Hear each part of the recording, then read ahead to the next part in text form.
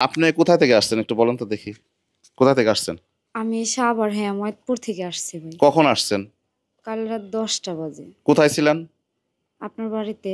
খাওয়া দাওয়া করেছেন? হ্যাঁ ভাই, খাওয়া দাওয়া করছি। এই যে এত দূর থেকে আসলেন, আমি কালকে ঢাকায় গেছিলাম। ঢাকা থেকে আসার পর মানে রাত 10টার সময়, তার একটু আগে আসছি, আসি একটু শুইছি, তারপরই রাত 10টার সময় দেখে আপনারা আসলেন। যদি আমি না থাকতাম তখন কি করতেন?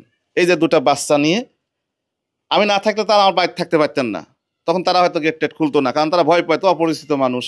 হ্যাঁ, আপনার তখন কি সমস্যা করতেন হয়েছে, বলেন? 5 জন মানুষ তো ভাই এক না। হ্যাঁ। আপনার যেহেতু সমস্যা করছে তো অবশ্যই তো ভয় পাবেন। এখন আমি যেহেতু অপরিচিত হুম হুম। বা আপনার এলাকারও না, ভয় পাওয়া স্বাভাবিক। আচ্ছা, যে যাই ভয় হোক, পাওয়া সমস্যা স্বাভাবিক। নাই। এখন কেন আসছেন? আসছি ভাই, আমি অসুস্থ, যে এটা অসুস্থ সহযোগিতার জন্য চিকিৎসার জন্য। আসছেন? হ্যাঁ, এই বাচ্চা চিকিৎসার টাচ্চা নিয়ে? সহযোগিতার জন্য। হ্যাঁ আচ্ছা ভাই। আচ্ছা, ঠিক আছে। ভাটা আমি থেকে আসছেন? আমি আসছি পাবনা সিংহা বাজার, সিংহা পালপাড়া মোড়ের থেকে। আপনি কখন আসছেন? আমি আগামীকাল আসছিলাম, এসে সেরে আপনার বাবা বললো পান কি নাই, যে ঢাকা গেছি। ঢাকাতে গেছে, তো হ্যাঁ। আপনি হচ্ছে কালকে আসেন। আচ্ছা আচ্ছা। পরে আল্লাহ বাসা রাখলে যে সকালে আবার আসছি। আপনার কি সমস্যা? আমার সমস্যা হচ্ছে হার্টের সমস্যা, লিভারের সমস্যা, মাথার সমস্যা। তো বড় অ্যামাউন্টের ব্যয়বহুল চিকিৎসা। এখন হচ্ছে মানে আমাদের অঞ্চলের মেম্বারশিপ আমি জহিরুল ইসলাম আচ্ছা, বাচ্চু। ঠিক আছে, বুঝতে পারছি আপনি আমার এলাকার মানুষ। এখন আমি যে যতটুকু পারি সহযোগিতা হয়তো আমি করলাম, কিন্তু এত বড় ব্যয়বহুল তো আমার পক্ষে সম্ভব হয় না দাদা। তারপরে আমি অল্প অল্প করে এখানে ওখানে দেওয়ার চেষ্টা করি। যাই হোক, এই যে এই মানুষগুলো আসছে দেখেন, ছোট ছোট বাচ্চা নিয়ে, সেই ঢাকা থেকে আসছে কাল রাত 10টার সময়। এই যে এখন প্রতিদিন বৃষ্টি, এই বৃষ্টির মধ্যে ছোট্ট একটা বাচ্চা, দুটা বাচ্চা নিয়ে, মুরব্বী মানুষ নিয়ে আসছে। আসলে যখন আমি যদি না থাকতাম, ওনারা যদি ফেরত যেত, তাহলে নিজের কাছে অনেক কষ্ট লাগতো।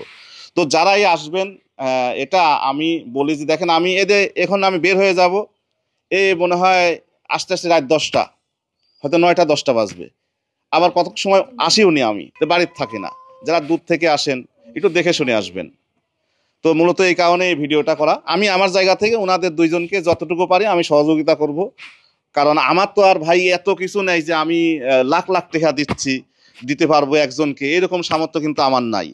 আমি দেখেন যে আমি অল্প অল্প, এখানে 5,000 টাকা, ওখানে 2,000 টাকা, ওখানে 10,000 টাকা, বা ওখানে 6,000 টাকা, 3,000 টাকা, এরকম করে অল্প অল্প করে দেই আমার বাজেটের মধ্যে। আমার বাজেট যখন থাকে না, তখন আর মানে আমার যে ইনকাম, সেই ইনকামের একটা অংশ তাদেরকে দেই। যখন দেখি যে আমার এই ইনকাম ওভার হয়ে যাচ্ছে বা আমি কুলাতে পারতেছি না, তখন কিন্তু আমার আর সাধ্য হয় না। সবাই ভিডিওটা একটু শেয়ার করবেন। যারাই আমার বাড়িতে আসবেন অবশ্যই আমাকে নক দিবেন। নক ছাড়া না দিয়ে কেউ আসবেন না ভাই, কারণ আমি বাড়িতে থাকি না, বাড়ির লোকও ভয় পায়। এই আগে আপনারা দেখছিলেন যে আমার বাড়িতে 2-3টা মানুষ অটোমেটিক আমার রুমের মধ্যে ঢুকে গেছিল, 2বার করে রুমের ভিতর ঢুকেছে। আমার ছেলেপেলেরা সব চিৎকার ছুটি করেছিল অপরিচিত মানুষ দেখে। তো এই জন্য আগে পরিবার, যে যত ভালো কাজই করি না কেন, আগে নিজের পরিবারকে সেফ রাখতে হবে, নিজের পরিবারকে খাওয়াতে পড়াতে হবে, তারপরে আমরা অবশিষ্ট মানে যেটুকু বাঁচবে তখন আমরা অন্যদেরকে সহযোগিতা করবো, এটাই তো। তো সেই জায়গা থেকে আমি বলবো যে যারাই আসবেন একটু দেখে শুনে আমার কাছে আসবেন। মানবিক কাজ করি, আমার কাছে আসবেই, এটাই স্বাভাবিক। তবে আমাকে জেনে, আমাকে নক করে ইনবক্সে জানায় তারপরে আসবেন, এটা আমার জ্ঞান থেকে আমি বললাম। অনেকেই অনেকটা ভাবে যে শফিক ভাই মনে হয় এখন অনেক টাকার মানুষ হয়ে গেল। না ভাই, আমি অনেক টাকার মানুষ হই নাই। ফেসবুকের আইজ ইনকাম না থাকলে পরে আমি কাউকে টাকা দিতে পাবো না, সোজা কথা। ফেসবুকে যদি টাকা না দেয়, ইউটিউবে যদি টাকা না দেয়, আমি কাউকে 1 টাকা দেওয়ার ক্ষমতাও নেই, কারণ আমার বাবার জমি বেশি আমি কাউকে দিতে পারবো না, এটাই। যাই হোক, সবাই ভালো থাকবেন। আমার জায়গা থেকে ওনাদেরকে যতটুকু পারি আমি সহযোগিতা করব। সবাই ভালো থাকবেন। আসসালামু আলাইকুম।